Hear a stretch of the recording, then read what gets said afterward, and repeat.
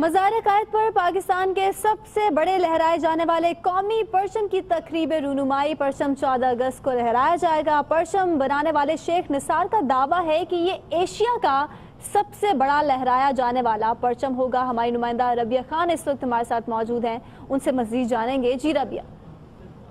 جی بالکل، ایک پاکستان کے بہت بڑے پرچم کی جو ہے وہ رونمائی تقریب مزار قائد پر کی جا رہی ہے، اور پرچم آپ دیکھ سکتے ہیں، اور اس کے بعد جو ہے وہ یہاں پر ہلکی ہلکی بوندا باندی بھی شروع ہو گئی ہے، تو بہت زیادہ جو ہے وہ مناظر اچھے ہیں۔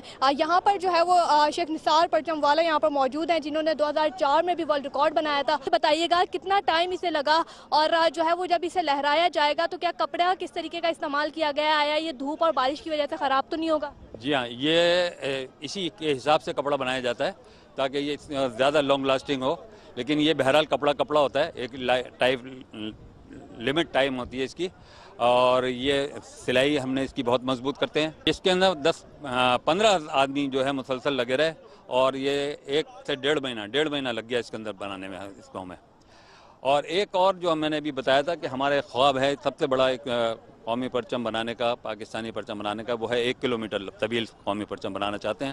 وہ اس سال میں نے کوشش کی، وہ نہیں ہو سکا، لیکن بہرحال اللہ نے یہ بڑا کام کرا دیا۔ آئندہ سال پھر کوشش کریں گے، اس کے لیے بہت ایونٹ کی اس کی ضرورت ہے، بہت سارے لوگوں کی وہ انوالومنٹ چاہیے اس میں گورنمنٹ کی کچھ پذیرائی چاہیے۔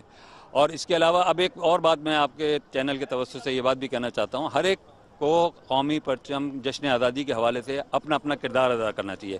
اس وقت میرے ذہن میں ایک کردار ان کے لیے ہے کہ جو موبائل سروس پرووائڈر ہے نا، وہ 1 اگست سے 14 اگست تک کوئی ٹون سب بند کر دیں، صرف قومی ترانہ سنائیں۔ ان کا یہی کہنا ہے کہ 1 کلومیٹر طویل پرچم کی جو ہے وہ کرنا چاہتے ہیں، اس کی خواہش ہے۔ اس کے علاوہ جو ایک بڑا اعزاز پاکستان کے لیے ہوگا کہ ایشیا کا سب سے بڑا پرچم 14 اگست پر لہرایا جائے گا، جو یقیناً جو اسے نہ صرف پاکستانی خوش ہوں گے، لیکن ملک کے لیے ہے 14 اگست پہ جشن آزادی کے دن پہ یہ ایک بڑا اعزاز بھی حاصل ہوگا۔ جی بہت شکریہ ربیہ خان، خبروں کا سلسلہ جاری ہے، ابھی وقت ہے بریک کا، آپ ہمارے ساتھ رہیے۔